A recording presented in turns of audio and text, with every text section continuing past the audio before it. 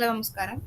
അപ്പോൾ ഇന്നത്തെ ക്ലാസ് എന്ന് പറയുന്നത് നമ്മുടെ ഫിസിക്സിൽ പ്രകാശം എന്ന് പറഞ്ഞ ടോപ്പിക്കിൽ നമ്മളൊരു ക്ലാസ് എടുത്തിട്ടുണ്ടായിരുന്നു. പക്ഷെ കുറച്ചും കൂടി നമുക്ക് വിശദമായിട്ട് നമുക്കൊന്ന് എടുക്കാം. ഓക്കെ, പ്രകാശം എന്നുള്ള ടോപ്പിക്കാണ് ഇന്ന് എടുക്കാൻ പോകുന്നത്. സോ പ്രകാശത്തെ കുറിച്ച് പറയുമ്പോൾ നമുക്ക് ഫസ്റ്റ് പ്രകാശത്തിന്റെ സൂക്ഷ്മ കണിക എന്ന് പറയുന്നതാണ്. പ്രകാശത്തിന്റെ സൂക്ഷ്മ കണിക എന്ന് പറയുന്നതാണ് ഫോട്ടോൺ ആണ് കേട്ടോ.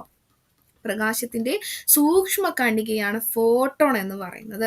അതുപോലെ തന്നെ എന്താണ് കണികാ സിദ്ധാന്തം? കണികാ സിദ്ധാന്തം ആവിഷ്കരിച്ചത് ആരാന്ന് ചോദിച്ചാൽ ആരാണത്? അത് ന്യൂട്ടൺ ആണ്. ഐസക് ന്യൂട്ടൺ ആണ് കണികാ സിദ്ധാന്തം ആവിഷ്കരിച്ചത്. ഇനി അടുത്ത എന്താണ് തരംഗ സിദ്ധാന്തം? കേട്ടോ, എന്താണ് തരംഗ സിദ്ധാന്തം ആവിഷ്കരിച്ചത് ആരാണ്? ക്രിസ്റ്റ്യൻ ഹൈജൻസ് ആണ്. ആരാണ്? ക്രിസ്റ്റ്യൻ ഹൈജൻസ് ആണ്. ക്ലിയർ? ക്രിസ്റ്റ്യൻ ഹൈജൻസ് ആണ് എന്താണ് തരംഗ സിദ്ധാന്തം ആവിഷ്കരിച്ചത്. ക്രിസ്റ്റ്യൻ ഹൈജൻസ് ആണ്. ഇനി അടുത്തതാണ് ക്വാണ്ടം സിദ്ധാന്തം. എന്താണ് ക്വാണ്ടം സിദ്ധാന്തം ആവിഷ്കരിച്ചത് ആരാണ്? അത് മാക്സ് പ്ലാങ്ക് ആണ്. ആരാണ്? മാക്സ് പ്ലാങ്ക് ആണ് ക്വാണ്ടം സിദ്ധാന്തം ആവിഷ്കരിച്ചത്. അപ്പൊ എന്തൊക്കെയാ നമ്മൾ പഠിച്ചു? സൂക്ഷ്മ കണികയാണ്, പ്രകാശത്തിന്റെ സൂക്ഷ്മ കണികയാണ് ഫോട്ടോണ്. കണികാ സിദ്ധാന്തം ആവിഷ്കരിച്ചത് ആരാണ്? ന്യൂട്ടൺ ആണ്. തരംഗ സിദ്ധാന്തം ആവിഷ്കരിച്ചത് ആരാണ്? ക്രിസ്റ്റ്യൻ ഹൈജൻസ് ആണ്. ആൻഡ് ക്വാണ്ടം സിദ്ധാന്തം ആവിഷ്കരിച്ചത് ആരാണ്? മാക്സ് പ്ലാങ്ക് ആണ്. പിന്നെ അടുത്തത് ആരാണ്? ദ്വൈത സ്വഭാവം. എന്താണ് ദ്വൈത സ്വഭാവം? അത് കണ്ടുപിടിച്ചത് ആരാണ്? ദ്വൈത സ്വഭാവം കണ്ടുപിടിച്ചത് ആരാണ്? അത് ലൂയിസ് വിക്ടർ ഡി ബ്രോഗ്ലി ആണ്. ലൂയിസ് വിക്ടർ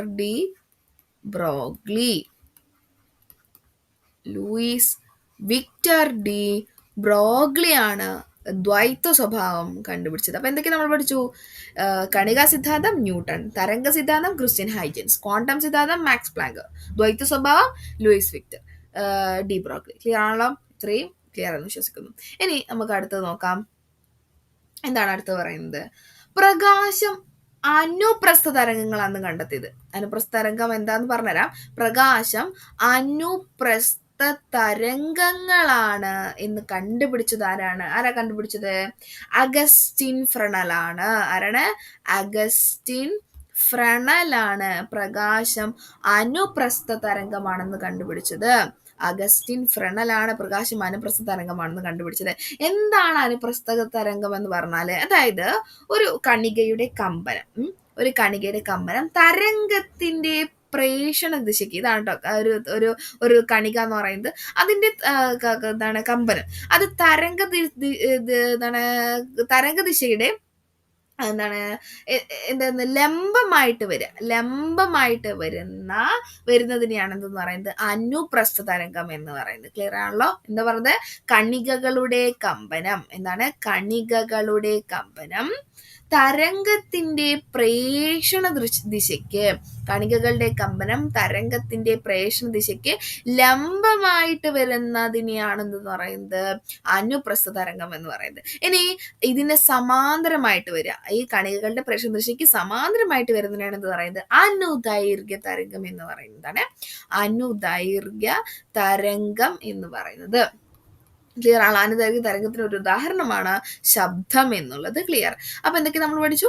അനുപ്രസ്ഥ തരംഗം ആരാണ് കണ്ടുപിടിച്ചത്? അഗസ്റ്റിൻ ഫ്രണൽ ആണ് അനുപ്രസ്ഥ തരംഗം എന്ന ആശയം കൊണ്ടുവന്നത്. എന്താ അനുപ്രസ്ഥ തരംഗം പറഞ്ഞാലും കണികകളുടെ കമ്പനം തരംഗത്തിന്റെ പ്രേഷണ ദിശയ്ക്ക് ലംബമായിട്ട് വരുന്നതിനെയാണ് അനുപ്രസ്ഥ തരംഗങ്ങൾ എന്ന് പറയുന്നത്. സമാന്തരമായിട്ട് വരുന്നതിന് എന്ത് പറയുന്നു? അനുദൈർഘ്യ തരംഗം എന്ന് പറയുന്നു. ക്ലിയർ ആണല്ലോ? ഇനി അടുത്തതാണ് വൈദ്യുത കാന്തിക സിദ്ധാന്തം. നമുക്ക് SCRT-ലുള്ള ഒരു പോർഷനാണ്. ഇതൊക്കെ SCRT-ലാണ് കേട്ടോ. എന്താണ് വൈദ്യുത കാന്തിക തരംഗ സിദ്ധാന്തം? വൈദ്യുത കാന്തിക തരംഗ സിദ്ധാന്തം ആരാണ് ആവിഷ്കരിച്ചത്? ജെയിംസ് ക്ലാർക്ക് മാക്സ്വെൽ ആണ്. ക്ലിയർ? ജെയിംസ് ക്ലാർക്ക് മാക്സ്വെൽ ആണ് വൈദ്യുത കാന്തിക തരംഗ സിദ്ധാന്തം ആവിഷ്കരിച്ചത്. ജെയിംസ് ക്ലാർക്ക് മാക്സ്വെൽ ആണ് തരംഗ സിദ്ധാന്തം ആവിഷ്കരിച്ചത്. ക്ലിയർ ആണല്ലോ? ഇനി അടുത്തത് ഇത്രയും കാര്യമൊക്കെയാണല്ലോ. അനുപ്രസ്ഥ തരംഗം പഠിച്ചു. ലംബമാണെങ്കിൽ അനുപ്രസ്ഥം, സമാന്തരമാണെങ്കിൽ അനുദൈർഘ്യം. പിന്നെ എന്താണ്? വൈദ്യുത കാന്തിക തരംഗ സിദ്ധാന്തം ആവിഷ്കരിച്ചത് ആരാണ്? ജെയിംസ് ക്ലാർക്ക് ആണ്. ക്ലിയർ? ഇനി അടുത്ത് നോക്കാം നമുക്ക്.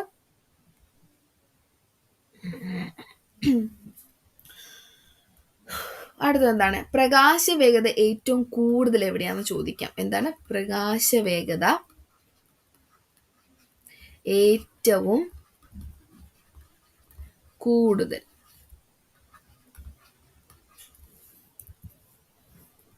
ഒരു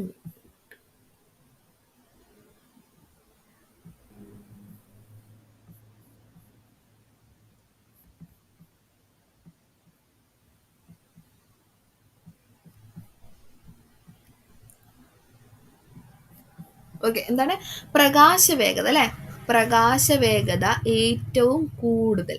പ്രകാശവേഗത ഏറ്റവും കൂടുതൽ എവിടെയാണ്? ഏറ്റവും കൂടുതൽ എവിടെയാണ്? ശൂന്യതയിലാണ് കേട്ടോ. ഏറ്റവും കൂടുതൽ എവിടെയാണ്? ശൂന്യതയിലാണ് പ്രകാശവേഗത ഏറ്റവും കൂടുതൽ എന്ന് പറയുന്നത്. പ്രകാശവേഗത ഏറ്റവും കൂടുതൽ എവിടെയാണ്? ശൂന്യതയിലാണ്.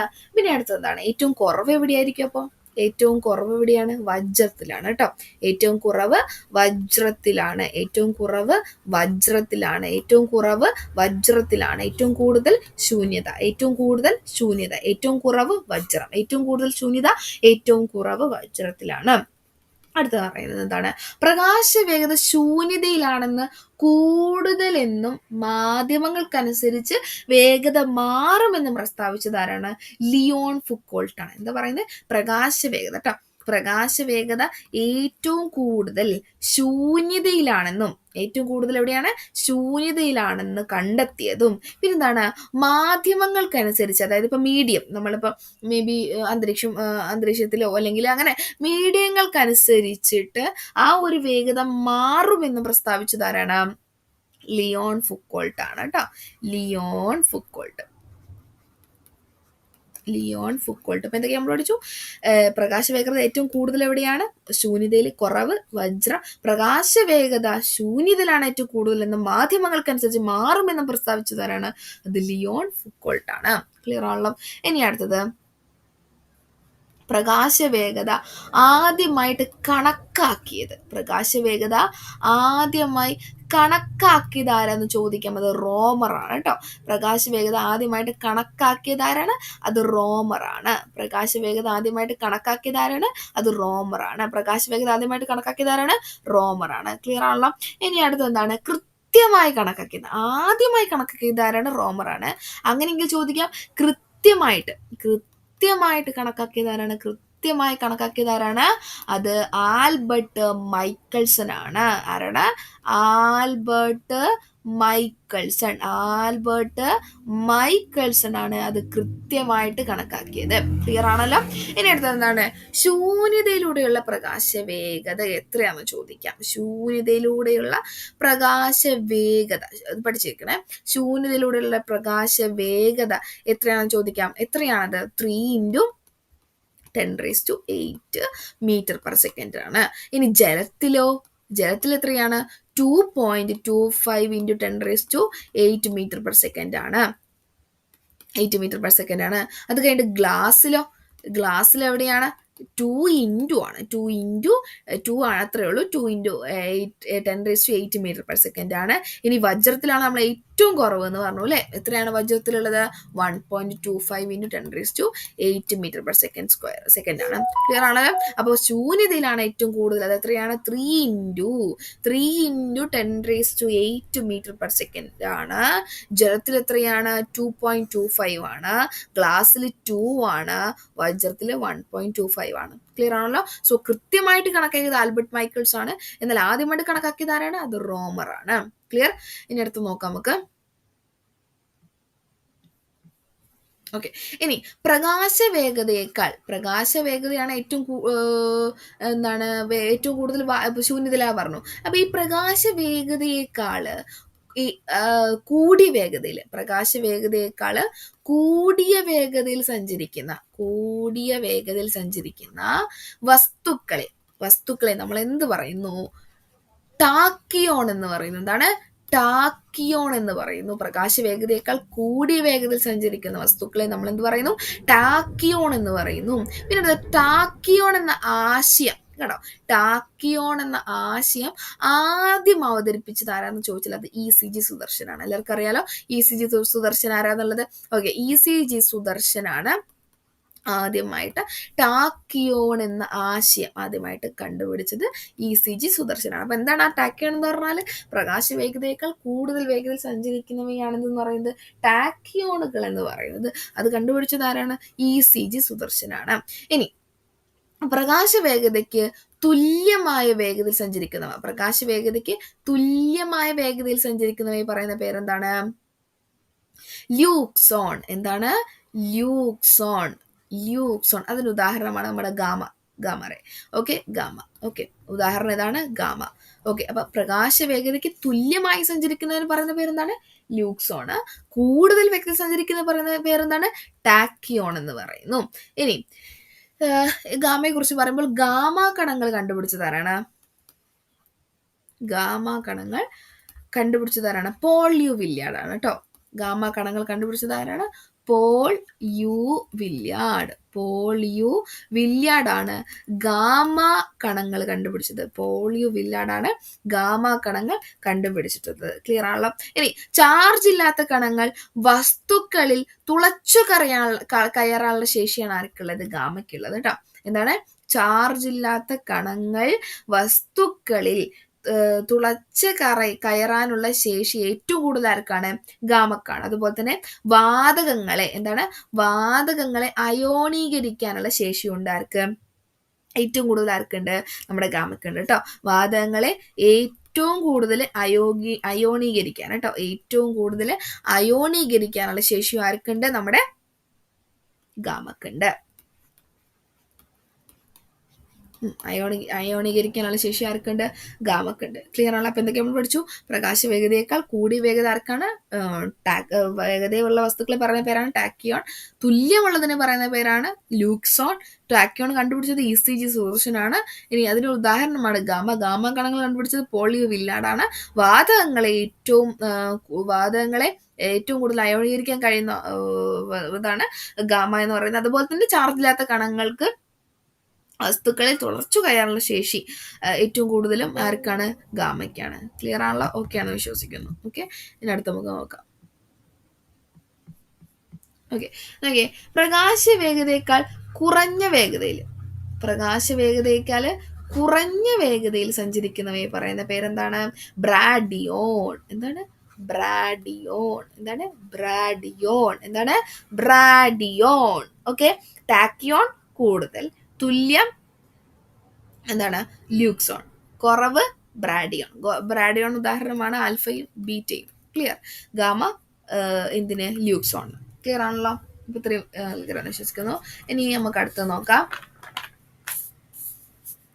ആൽഫ ബീറ്റ ഗണങ്ങളെ കണ്ടുപിടിച്ചതാരാന്ന് ചോദിക്കാം. ആൽഫ ബീറ്റ ഗണങ്ങളെ കണ്ടുപിടിച്ചതാരാണ്? അത് റൂദർഫോർഡ് ആണ്. ക്ലിയർ ആണല്ലോ. റൂദർഫോർഡിനെ കുറിച്ച് നമ്മൾ +1 +2 സയൻസിൽ പഠിച്ചവരുണ്ടായിരിക്കും. അതിൽ നമ്മൾ പഠിച്ചതാണ് റൂദർഫോർഡിന്റെ കാര്യങ്ങളൊക്കെ. അപ്പോൾ റൂദർഫോർഡ് ആണ് ആൽഫ ബീറ്റ കണങ്ങളെ കണ്ടുപിടിച്ചത്. ആൽഫയുടെ ചാർജ് എന്താണ്? അത് പോസിറ്റീവാണ്. ബീറ്റയുടെ ചാർജ് എന്താണ്? അത് നെഗറ്റീവാണ് കേട്ടോ. ആൽഫയുടെ ചാർജ് പോസിറ്റീവ്, ബീറ്റയുടെ ചാർജ് നെഗറ്റീവ് ആണ്. ഇനി പദാർത്ഥങ്ങളെ തുളച്ചു കയറാനുള്ള ശേഷി ഏറ്റവും കൂടുതൽ ആർക്കാന്ന് പറഞ്ഞിരുന്നു? ഗാമയ്ക്കാണ് അല്ലെ. എന്നാൽ ഏറ്റവും കുറവാർക്കാണ്? അത് ആൽഫയ്ക്കാണ്. ഇനി അതുപോലെ മറ്റൊന്ന്, വാതകങ്ങൾ അയോണീകരിക്കാനുള്ള ശേഷിയും കുറവാർക്ക് തന്നെയാണ്? ആൽഫക്ക് തന്നെയാണ് കേട്ടോ. ഇനി പ്രകാശം അടുത്ത് നോക്കാം. നമുക്ക് ഇത്രയും ക്ലിയർ ആണല്ലോ. ഇനി അടുത്ത് നോക്കാം. പ്രകാശം സൂര്യനിൽ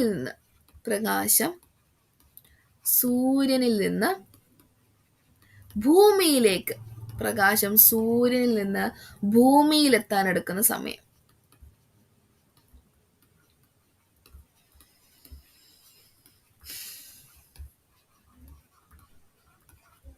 എത്രയാണ്? 500 സെക്കൻഡ് ആണ് കേട്ടോ. 500 സെക്കൻഡ് അല്ലെങ്കിൽ 8 മിനിറ്റും 20 സെക്കൻഡ് കേട്ടോ. 20 സെക്കൻഡും. പ്രകാശം സൂര്യനിൽ നിന്ന് ഭൂമിയിൽ എത്താൻ എടുക്കുന്ന സമയമാണ് 500 സെക്കൻഡ് അല്ലെങ്കിൽ 8 മിനിറ്റ് അല്ലെങ്കിൽ 20 സെക്കൻഡ്. ഇനി പ്രകാശം ചന്ദ്രനിൽ നിന്ന്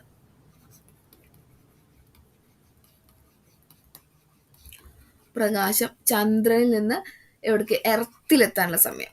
പ്രകാശം ചന്ദ്രനിൽ നിന്ന് ഭൂമിയിലെത്താനുള്ള സമയം എത്രയാണ്? പ്രകാശം ചന്ദ്രനിൽ നിന്ന് ഭൂമിയിലെത്താനുള്ള സമയം എത്രയാണ്? 1.3 സെക്കൻഡ് ആണ് കേട്ടോ. 1.3 സെക്കൻഡ്. ക്ലിയർ ആണല്ലോ? സൂര്യനിൽ നിന്ന് ഭൂമിയിലെത്താനുള്ള സമയം 500 second, 8 minute 20 second, 8 minute 20 second. പിന്നെ പ്രകാശം ചന്ദ്രനിൽ നിന്ന് ഭൂമിയിലെത്താനുള്ള സമയം എത്രയാണ്? 1.3 സെക്കൻഡ് ആണ്. ഇത്രയും ക്ലിയർ ആണല്ലോ? ഓക്കെ, നമുക്ക് അടുത്ത് നോക്കാം. നമുക്കറിയാം ഒരുപാട് പ്രതിഭാസങ്ങളുണ്ട് അല്ലേ? പ്രകാശവുമായി ബന്ധപ്പെട്ട ഒരുപാട് പ്രതിഭാസങ്ങളുണ്ട്. എന്തൊക്കെയാണ്?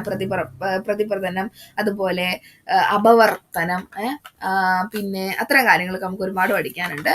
സോ നമുക്ക് ഇതൊക്കെയാണ് അടിസ്ഥാനപരമായിട്ടുള്ള കാര്യങ്ങൾ. ഈ പ്രകാശവുമായി ബന്ധപ്പെട്ട അടിസ്ഥാനപരമായിട്ടുള്ള കാര്യങ്ങൾ. സോ നമുക്ക് ഇനി കുറച്ച് കാര്യങ്ങൾ അധികം എടുക്കാനുണ്ട് കേട്ടോ. അപ്പോൾ നമുക്ക് ഫസ്റ്റ് എവിടെ തുടങ്ങാം? പ്രകാശ പ്രതിഭാസങ്ങൾ അല്ലേ? അതായത് പ്രതിപതനം അഥവാ റിഫ്ലക്ഷൻ. പ്രതിപതനം അഥവാ റിഫ്ലക്ഷൻ. എന്താണ് പ്രതിപതനം കൊണ്ട് ഉദ്ദേശിക്കുന്നത്? പ്രകാശം ഒരു വസ്തുവിലോ മാധ്യമത്തിലോ തട്ടിയിട്ട് തിരിച്ചു പോകുന്ന പ്രക്രിയയാണ് പ്രതിപതനം. ക്ലിയർ ആണല്ലോ? ഒരു പ്രകാശം ഒരു മാധ്യമത്തിൽ തട്ടിയിട്ട് തിരിച്ചു പോകുന്ന പ്രക്രിയയാണ് പ്രതിപതനം. ക്ലിയർ? ഇനി സ്വയം പ്രകാശിക്കാത്ത വസ്തുക്കളെ കാണാൻ സഹായിക്കുന്ന പ്രകാശ പ്രതിഭാസമാണ് പ്രതിപതനം. എന്താണ് പറഞ്ഞത്? മറ്റൊരു പോയിന്റ് ഇതാണ്. സ്വയം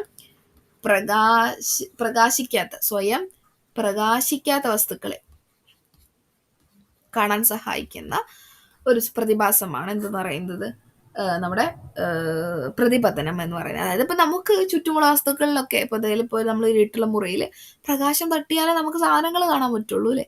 അത് തന്നെയാണ് അവിടെ ഉദ്ദേശിച്ചത് കേട്ടോ. സ്വയം പ്രകാശിക്കാതെ വസ്തുക്കളെ കാണാൻ സഹായിക്കുന്ന പ്രകാശ പ്രതിഭാസമാണ് എന്തെന്ന് പറയുന്നത്? പ്രതിപതനം. സോ ഒരു വസ്തുവിൽ തട്ടിയിട്ട് തിരിച്ച് പ്രതിപദിക്കുന്നതാണ് പ്രതിപതനം എന്നുള്ള പ്രതിഭാസം, അഥവാ റിഫ്ലക്ഷൻ എന്ന് പറയുന്നത്. ക്ലിയർ? ഇനി അടുത്ത് നോക്കാം പ്രതിപതന നിയമങ്ങൾ എന്തെല്ലാം നോക്കാം. പ്രതിപതന നിയമങ്ങൾ. ഓക്കെ, പ്രതിപതന നിയമങ്ങൾ എന്ന് പറഞ്ഞാൽ ഒന്നാമത് പതനരശ്മിയും അതുപോലെ ലംബവും. പതനരശ്മിയും ഒരേ പ്രതലത്തിൽ തന്നെയായിരിക്കും. എന്താണ് പതനരശ്മി? അതായത് ഇപ്പോൾ ഇതാണ് പതനരശ്മി, നമ്മൾ ആദ്യം പതിക്കുന്ന എന്ന് പറയുന്നത്. അതും ലംബവും പ്രതിപതന രശ്മിയും ഒരേ തലത്തിലായിരിക്കും എന്ന് പറയുന്നത്. പ്രതിപതന രശ്മിയും ലംബവും ഒരേ തലത്തിലായിരിക്കും. ഇതാണ് ഫസ്റ്റ് ഒരു നിയമം എന്ന് പറയുന്നത്. അടുത്ത നമുക്ക് നോക്കാം പതനകോൺ, അതായത് ഈ കോണും പ്രതിപതന കോണും തുല്യമായിരിക്കും. ദാറ്റ് മീൻസ് കോൺ I ഈക്വൽ ടു കോൺ R. Okay, incident equal to അങ്ങനെ നമ്മൾ പറയും. അടുത്തെന്താണ്? മൂന്നാമത്തെ ഒരു നിയമം എന്താണ്? ക്രമരഹിതമായ പ്രതലങ്ങളിൽ തട്ടി പ്രകാശത്തിന് പ്രതിഫലിക്കുമ്പോൾ അതിനെ ക്രമരഹിത പ്രതിപതനം എന്ന് പറയുന്നു. അതായത് ക്രമരഹിതമായ ഒരു പ്രതിഫലം, മിനുസമല്ലാത്ത ക്രമരഹിതമായ ഒരു പ്രതിഫലത്തിൽ പ്രകാശം തട്ടിയിട്ട് അത് തിരിച്ചു പോവില്ലേ, അതിനെ ക്രമരഹിത പ്രതിപതനം എന്താ പറയുന്നത്? ക്രമരഹിത പ്രതിപതനം എന്ന് പറയുന്നു. ക്ലിയർ? ക്രമരഹിത പ്രതിപതനം എന്ന് പറയുന്നു. അല്ലെങ്കിൽ വിസരിത പ്രതിപതനം എന്നും പറയാറുണ്ട്. വിസരിത പ്രതിപതനം എന്നും കൂടി പറയാറുണ്ട്. ക്ലിയർ ആണല്ലോ? ഇനി അടുത്തത് എന്താണ്? 35 ഡിഗ്രി. ഇത് മേ ബി എക്സാമിന് ചോദ്യങ്ങളായിട്ട് ചോദിക്കാം. 35 ഡിഗ്രി പതനകോണിലുള്ള ഒരു പ്രകാശരശ്മിയുടെ പ്രതിപതന കോണിന്റെ അളവ് എത്രയാണ് ചോദിച്ചാൽ എത്രയാണ്? നമ്മൾ അടുത്ത് പഠിച്ചു. ഈ കോണും ഈക്വൽ ആണ്. സോ അത് എത്രയായിരിക്കും? 35 തന്നെയായിരിക്കും. അങ്ങനത്തെ ചോദ്യങ്ങൾ മേ ബി വരാം. ഓക്കെ ആണല്ലോ? പക്ഷെ അങ്ങനെയെങ്കിൽ പ്രതിപതന കോണ് മറ്റൊരു ചോദ്യം ചോദിക്കാം. ഇപ്പൊ 35 ഡിഗ്രി എന്നുള്ളത് നമുക്ക് തന്നു. അങ്ങനെ ചോദ്യം ചോദിക്കാം, ഈ പതനരശ്മി അത് പ്രതലവുമായിട്ട് സൃഷ്ടിക്കുന്ന കോണത്ര ചോദിച്ചാൽ എങ്ങനെ പറയാം? നമുക്കറിയാം ഇവിടെ ലംബം അല്ലെ, ഇതാണ് ലംബം. ഈ ലംബം എന്ന് പറയുന്നത് എത്രയാണ്? 90 ഡിഗ്രി ആണെന്ന് അറിയാം അല്ലെ. ഈ കോണ് നമുക്ക് 35 ഡിഗ്രി ആണെന്ന് അറിയാം. അങ്ങനെയെങ്കിൽ ഈ കോണ് കണ്ടെത്താൻ എന്ത് ചെയ്താൽ മതി? 90 - 35 ചെയ്താൽ പോരെ. സോ അതായത് 55 ആയിരിക്കും. മനസ്സിലായോ? അതായത് നമ്മളിപ്പോ ഇതാണ് പതന കോണം എന്ന് പറയുന്നത്. ക്ലിയർ? ഇതാണ് നമുക്ക് അറിയാവുന്ന ഈ കോൺ നമുക്കറിയാം. നമ്മളോട് ചോദിച്ചത് പ്രതലവുമായിട്ട് ഉണ്ടാക്കുന്ന കോൺ എത്രയാണെന്നുള്ളതാണ്. അതായത് ഈ കോണാണ് നമ്മളോട് കാണാൻ പറ്റുള്ളത്. നമുക്ക് ഈ കോണേ അറിയുള്ളൂ. പിന്നെ നമുക്ക് മറ്റൊരു സൂചന ഉണ്ട്, ഇത് ലംബമാണ്. ലംബമായ സ്വാഭാവികം 90 ഡിഗ്രിയാണ്. 90 ഇത് 35 മൈനസ് ചെയ്താൽ പോരെ, മീൻസ് 55 കിട്ടും. ക്ലിയർ ആണല്ലോ. സോ ഇത്തരത്തിലുള്ള ക്വസ്റ്റ്യൻസ് പഠിച്ചു വെക്കുക. ഇത് മേ ബി ചോദിക്കാം. ഇത് ഒരു PSC എക്സാമിന് ചോദിച്ച ഒരു ചോദ്യമാണ്. ക്ലിയർ ആണല്ലോ. അപ്പോൾ ഇത്രയും കാര്യങ്ങളാണ് അടിസ്ഥാനമായിട്ടുള്ള നമ്മൾ ഒരു പ്രതിപാദനം എന്നുള്ള ഇത് പഠിച്ചു. ഇനി നമുക്ക് കുറച്ചും കൂടി അപവർത്തനം, അങ്ങനെ കുറച്ചും കൂടി അധികം പഠിക്കാനുണ്ട്. സോ ഞാൻ ഇന്നത്തെ ക്ലാസ് ഇവിടെ വൈൻഡ് അപ്പ് ചെയ്യാണ്. അപ്പോൾ ഇത്രയും നോട്ട് എഴുതിയിട്ട് പഠിക്കാം. ക്ലിയർ ആണല്ലോ. ഓക്കെ, അപ്പോൾ താങ്ക് യു കേട്ടോ.